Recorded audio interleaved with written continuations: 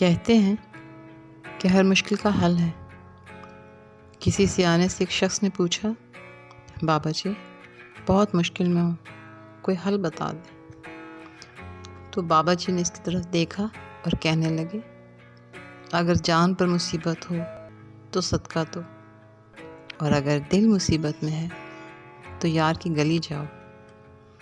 بزرگ فرماتے ہیں کہ اگر دنیا کی مفلسی سے تنگ آ گئے ہو اور رزق کا کوئی راستہ نہیں نکل رہا ہے تو صدقہ دے کر اللہ سے تجارت کر لیا کرو، اور اگر کچھ سمجھ نہ آئے تو سورہ رحمان سن کر خدا سے سچے دل کے ساتھ دعا مانگتے رہو۔